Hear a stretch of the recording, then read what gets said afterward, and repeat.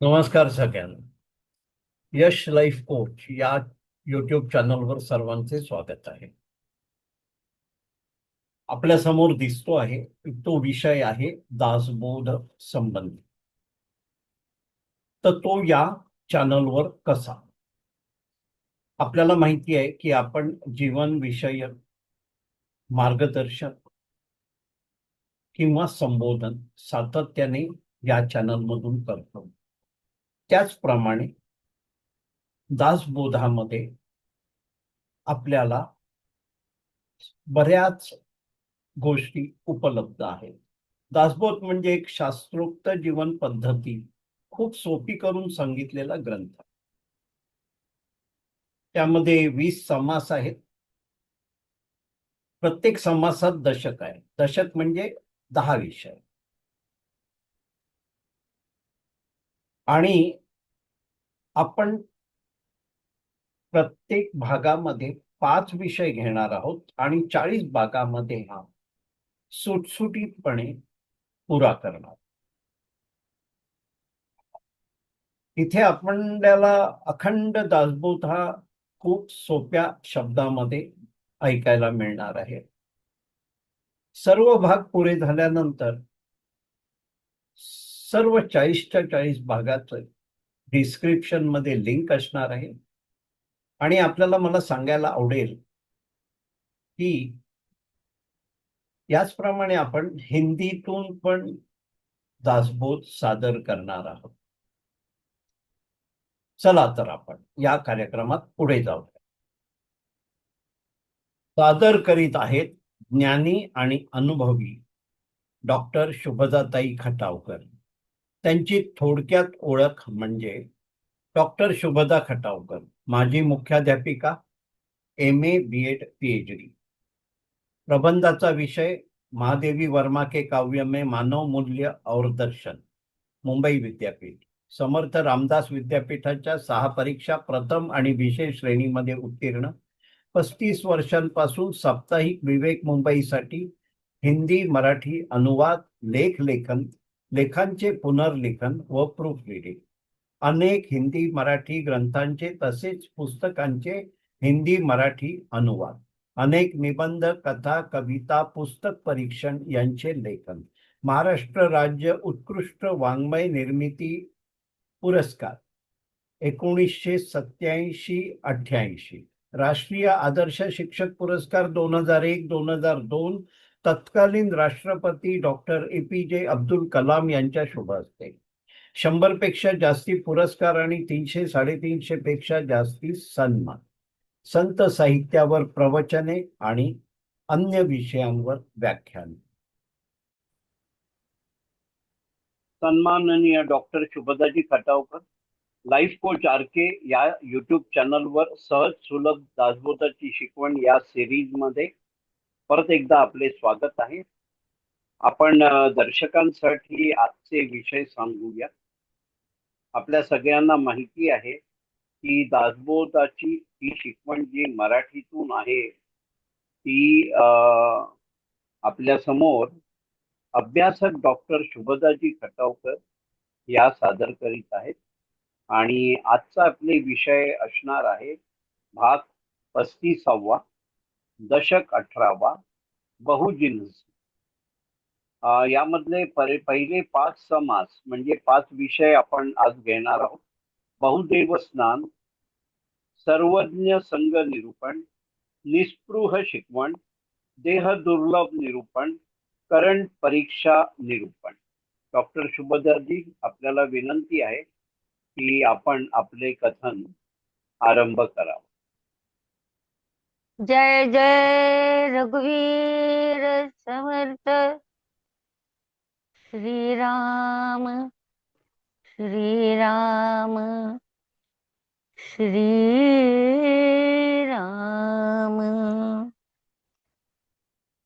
सर्व अभ्यासकांना, दर्शकांना, दासबोधावर भरभरून प्रेम करणाऱ्या रसिकांना आणि सर्व श्रोत्यांना माझा विनंतीपूर्वक अत्यंत नम्र शिरसाष्टांग नमस्कार. आज आपण या पारमार्थिक प्रवासातला दशक 18वा पाहणार आहोत.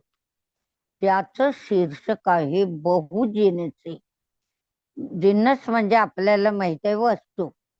इथे समर्थाने जिन्नस हा शब्द विषयांच्या संदर्भात योजला आणि म्हणून या समासामध्ये वेगवेगळे विषय आल्याने त्याचं नामकरण त्यांनी बहुजिनसी असं ठेवलं.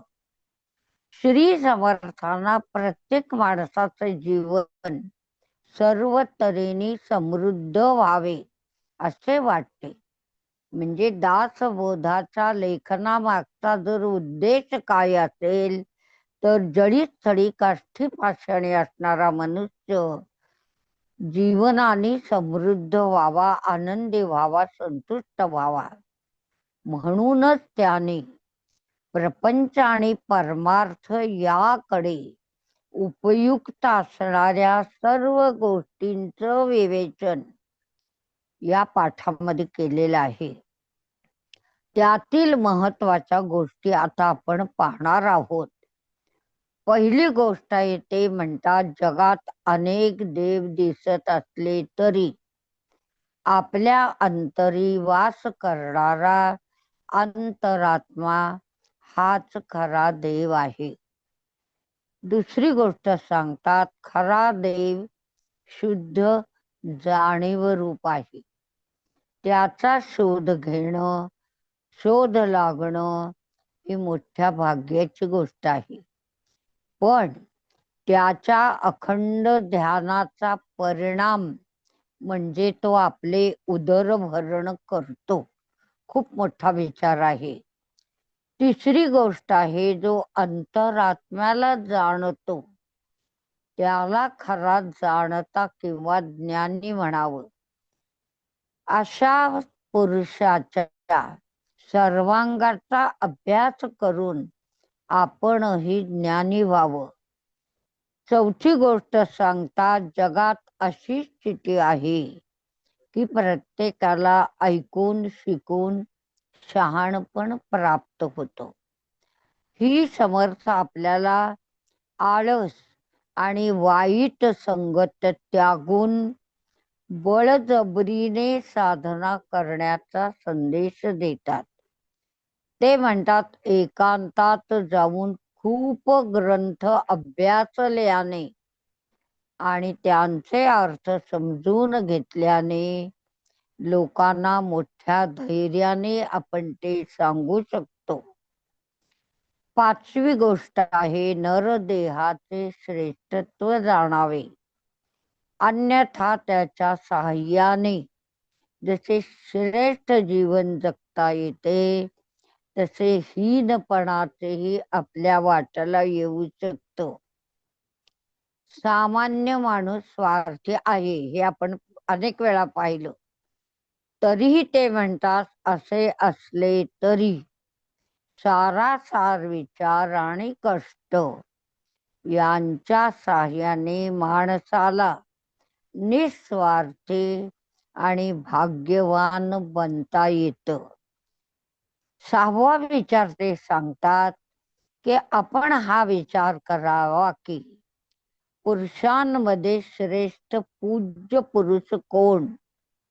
कारण जो माणूस आपला देह अंतरात्म्यासाठी झिजवतो त्याच्याजवळ खूप विचार संपदा असते. शिवाय जनी जनार्दनाला पाहिल्याने त्याचे अंतःकरण अत्यंत मृदू झालेले असल्याने सर्वात महत्वाची गोष्ट म्हणजे तो कोणालाही दुखवत नाही, कुणालाही अपमानित करत नाही. तो भगवंताचे अखंड गुण गायन करतो. अशी व्यक्ती सर्व पूजनीय ठरते. त्याला सादर वंदन करावे. सातवी गोष्ट सांगतात ते की जगातल्या सर्व घटना कालानुरूप घडत असतात. काळ सदैव अनुकूल किंवा प्रतिकूल नसतो, म्हणजे तो बदलत आहे, म्हणजे त्यात परिवर्तन घडत असते. तो प्रत्येक व्यक्ती करता ही सतत अनुकूल किंवा सतत प्रतिकूल राहत नाही. 8वी महत्वाची गोष्ट आहे, जगात जे अद्वितीय कार्य घडते त्यासाठी काही माणसे ईश्वराला प्रिय झालेली असतात. ईश्वराची त्यांच्यावर कृपा झालेली असते. त्यांना इतरांपेक्षा वेगळे समजावे. त्यांच्या स्वभावाचा मुख्य आधार जर काय असेल तर ते म्हणतात सर्वभूत हितेरत, म्हणजे जगाच्या कल्याणात संतांच्या विभूती, देह कष्टवेती उपकारे हेच सत्य. ते त्यांचे प्रधान लक्षण समजावे. अनेकांना ते आधार ठरतात. ते परोपकारी असतात. पुष्कळ लोकांचा ते सांभाळ करतात. आणि सर्वात महत्वाचं म्हणजे ते भगवंताचे श्रेष्ठत्व वाढवितात.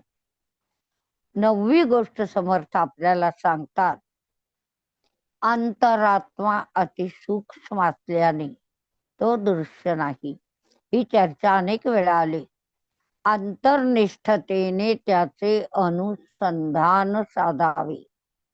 नामरूपाला एका बाजूला सारल्याने कर्माच्या कचाट्यातून आपली सुटका होते. मग अशा वेळी ते म्हणतात एकांतात जाऊन भगवंताचे स्मरण करावे. एकांत पचविणे ही गोष्ट तशी कठीण आहे, पण तो पचविल्यावर माणूस तरबेज होतो. त्याची धारणा शक्ती तीव्र होते. त्याला निशब्द ब्रह्म पाहण्याचं सामर्थ्य प्राप्त होतं. आणि अंतरिम गोष्ट अत्यंत महत्वाची म्हणजे तो स्वतः पावन होतो आणि आपल्या बरोबर जगाचाही उद्धार करतो. शेवटची 10वी गोष्ट इथे खूप लक्षात ठेवण्यासारखी. या सर्व वरील उत्तमांची प्राप्ती जर आपल्याला व्हायची असेल तर त्यासाठी उत्तम श्रवण, मनन, निधिध्यासन आपल्याला साध्य करायचं आहे. परंतु हे साध्य होतात आपलं मन आणि वाणी त्याच्यामध्ये बाधा ठरतात. यास्तव आपणच आपल्याला आवरावे, म्हणजे सीमित करावे, बंधन घालावं, त्यावर नियंत्रण घालावं. त्याच वेळी देहाच्या अडचणी सांभाळून निवारून आपल्याला श्रवणाची शक्ती प्राप्त होईल आणि त्यावर केलेलं मनन चिंतन जे असेल ते आपल्याला निश्चित उत्तम स्थितीकडे नेईल, हा विश्वास इथे त्यांनी दिला. पुढे आपण विवेचन करतो आहोत बहुदेव स्थान निरूपणात. ते म्हणतात आपल्या भोवती वावरणाऱ्या समाजाचं जर आपण नीट निरीक्षण केलं तर आपल्या ध्यानामध्ये येईल की लोक नाना प्रकारचे देव मानतात. उदाहरणार्थ म्हणतात गणपती, शारदा, ब्रह्मा, विष्णू, महेश, इंद्र, यम, व्यंकटेश, वनशंकरी, खंडेराय, तुळजा भवानी, क्षेत्रपाल असे कितीतरी देव मानले जातात आणि ते पूजलेही जातात. तसेच प्रत्येक देवाचे श्रेष्ठत्व तो गट आहे तो गृहीत धरतो. प्रत्येक देवाचा नैवेद्य, त्याचे पदार्थ वेगवेगळे. जसे खंडोबाला ते म्हणतात भरीत रोडगा, मारुती रायाला त्याच्या आवडत्या उडीद पिठांच्या वड्यांची माळ अर्पण केली जाते. पांडुरंगाला काय आवडतं तर त्याची आवडती कथा त्याच्या पुढे गायली जाते. असे विविध प्रकार असले तरी आपल्या अंतरी वसणारा अंतरात्मा मात्र एकच आहे. त्याचे कर्तव्य पाहण्यात ते म्हणतात जीवनाची खरी मौज आहे. परंतु लोकजीवनाची वास्तविकता ही आहे की लोक त्यालाच विसरून जातात. तो आपल्या अंतर्यामी आहे, अदृश्य आहे. विवेकाने त्याला शोधणे, त्याचे अनुसंधान टिकवणे हे आपले कार्य नव्हे तर कर्तृत्व आहे आणि ते टिकणे हे पुण्याचं लक्षण आहे. अनुसंधानाने पापाचं भस्म होतं. अनुसंधानासाठी अंतर्मुख व्हायला हवं. मग यात व अंतर्निष्ठ तेवढेच या पृथ्वीवर का तरतात आणि बाकीचे का बुडतात, या प्रश्नाचं उत्तर हा समास आपल्याला अत्यंत समर्थपणे देतो. म्हणून अंतरात्म्याचा शोध आणि त्याचं अनुसंधान हेच मानवी जीवनाचं खरं जे काही श्रेयसार आहे तेच घेऊन आपण पुढच्या समासाकडे वळणार आहोत. पुढच्या समासाचं शीर्षक आहे सर्वज्ञ संघ निरूपण. या समासामध्ये समर्थ पुन्हा हेच प्रतिपादित करतात की अंतरात्मा हा जगदीश्वर आहे. त्यानेच हे सर्व जग निर्माण केले, पण तो आपल्या साध्या डोळ्यांना दिसत नाही. हे सत्य जरी असलं तरी आपण आपल्या विवेक शक्तीने त्याची नीट कल्पना करून त्याचे अखंड ध्यान लावण्याचा सराव करावा. असे अखंड ध्यान लावणाऱ्यांचे तो स्वतः उदरनिर्वाह करतो, चिंता वाहतो. अशा उपासनेने अखेरी देव आणि भक्त यांची भेट होते. अर्थातच तेथे द्वैत सरत, म्हणजे द्वैत उरत नाही. पण श्री समर्थ म्हणतात की या सर्व गोष्टी आपण आपल्या पाशीच शिकाव्यात. अंतरात्मा खरा जाणत आहे, म्हणून ज्याला तो जाणतो तोच खरा ज्ञानी बनतो. आणि ज्ञान जे आपल्याला मिळवायचं आहे ते आत्मस्वरूपी मिळवायचं आहे. म्हणून आत्मस्वरूपी ज्ञान पुरुष आपल्याला बनायचं आहे. प्रत्येकाने अशा आत्मज्ञानी पुरुषाचा संग धरावा आणि त्याच्या मार्गदर्शनाने जीवनाची सर्व अंगे शिकून घ्यावी आणि भगवंताचे गुणगान अखंड गायला शिकावं. त्याचेच विषयी अखंड संभाषण करावं. जेव्हा त्यापासून अखंड आनंदाची प्राप्ती होते यालाच समर्थ सत्संगती म्हणतात. अशा सत्संगतीने जीवनाचे अमूल्य सोने करण्यासाठी आत्मरूपाची प्राप्ती नितांत आवश्यक आहे आणि त्याशिवाय आपल्याला खऱ्या स्वानंदाची प्राप्ती होणार नाही. ही शिकवण घेऊन आपण पुढच्या समासाचं म्हणजे निस्पृह शिकवण याचं अध्ययन करतो आहोत. श्री समर्थाने या समासाचं नामकरण निस्पृह शिकवण असं केलं आहे. त्यांना येथे अपेक्षित आहे की महंत बनावे व या समाजाला अध्यात्म शिकवण्यासाठी कोणती तयारी करावी याचं विवेचन वर्णन करणारा हा समास आहे. श्री समर्थ आपल्या वाङ्मयात सतत हा इशारा देत आले आहेत की आळस आणि वाईट संगत ही माणसाला रासाकडे म्हणजे रसातळाला पोहोचवते. म्हणून माणसाने आयुष्यामध्ये ज्या 4 गोष्टी शिकायच्या आहेत त्या शिकल्या नाही आणि त्यांच्याकडे दुर्लक्ष केलं तर आयुष्य कसं वाया जातं. ते म्हणतात पहिल्या 4 गोष्टीमध्ये लक्षात ठेवायचं की ज्याचे जवळ विद्या नाही, दुसरी गोष्ट शहाणपण नाही, तिसरी गोष्ट उत्तम गुण नाही आणि काही शिकावं अशी इच्छाच ज्याच्याजवळ नाही.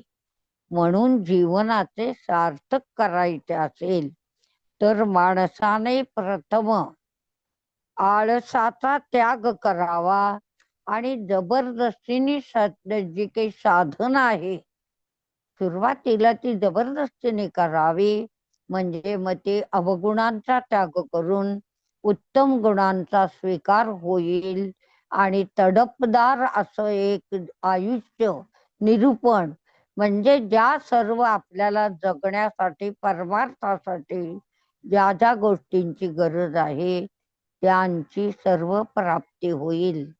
ही शिकवण आपण इथे घेऊन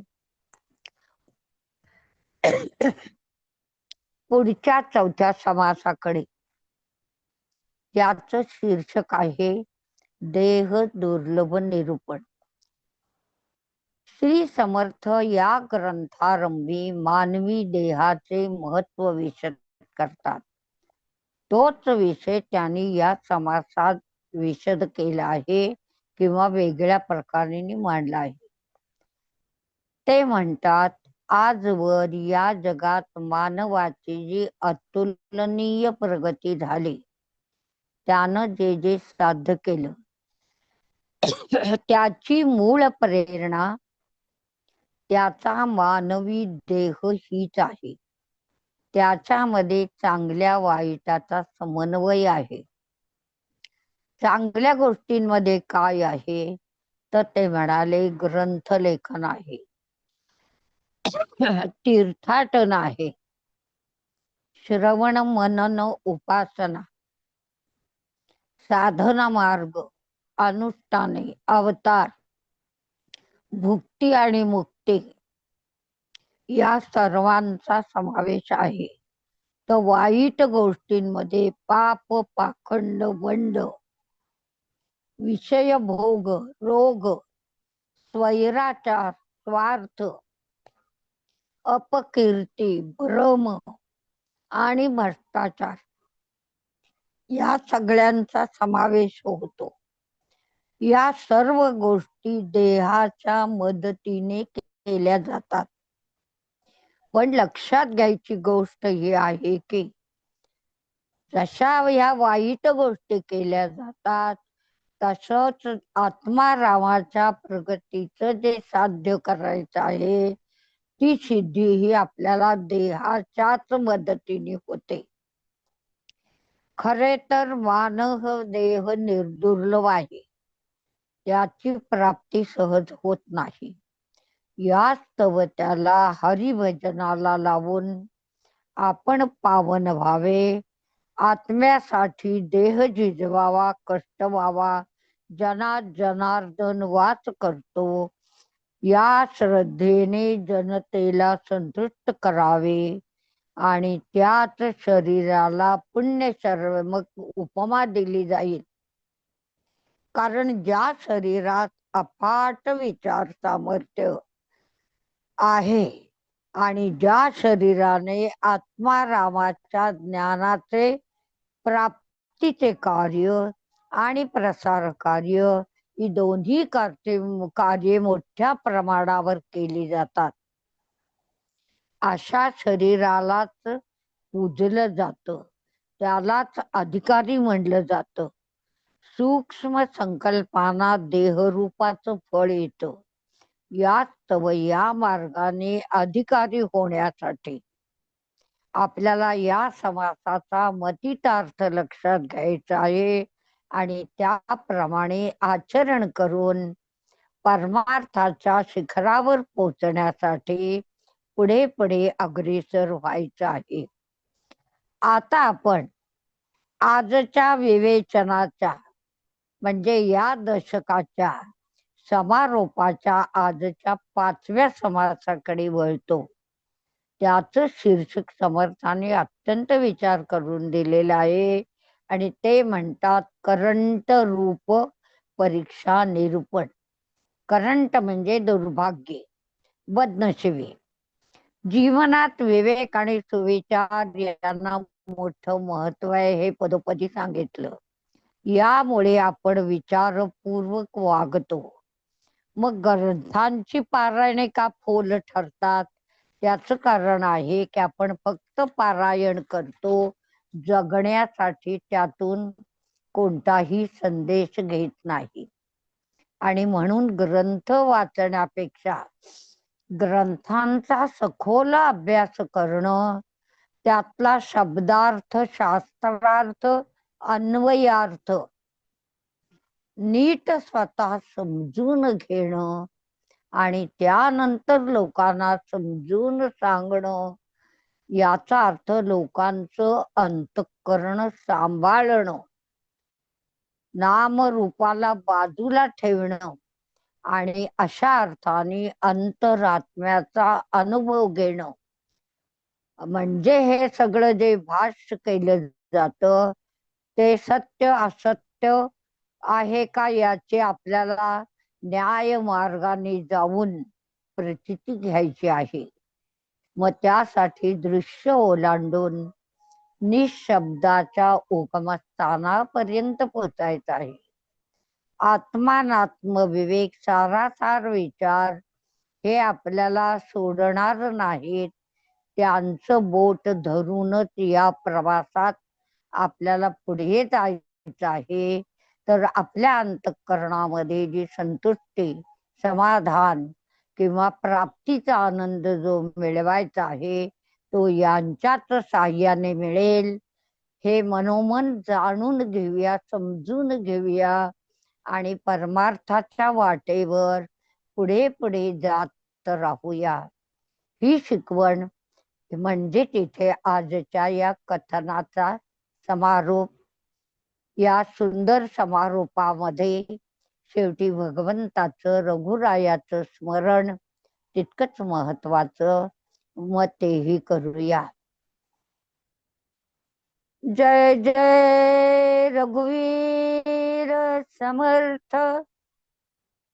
श्रीराम श्रीराम श्रीराम.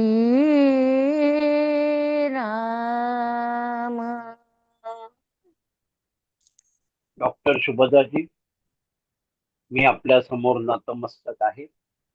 आपला दासबोधाचा अखंड अभ्यास आणि तो संक्षिप्त करून सरळ सोप्या भाषेत आमच्या समोर मांडण्याची तुमची क्षमता, यासाठी आम्ही सर्व आपले आभारी आहोत. आपण केलेल्या या कथनाचा लाभ सर्व श्रावक घेतील अशी मला खात्री आहे. सर्वांना विनंती आहे की त्यांनी हा विषय आपल्या परिवारातील आणि परिचयातील प्रत्येक सदस्यापर्यंत पोहोचवावा. डॉक्टर शुभदाजी, आपल्या या अखंड ज्ञानासाठी आणि अमूल्य वेळेसाठी आम्ही आपले खूप आभारी आहोत. तसेच सर्व श्रावकांचेही खूप खूप आभारी आहोत. दासबोधाची शिकवण या शृंखलेमध्ये आपण आज इथे थांबतो.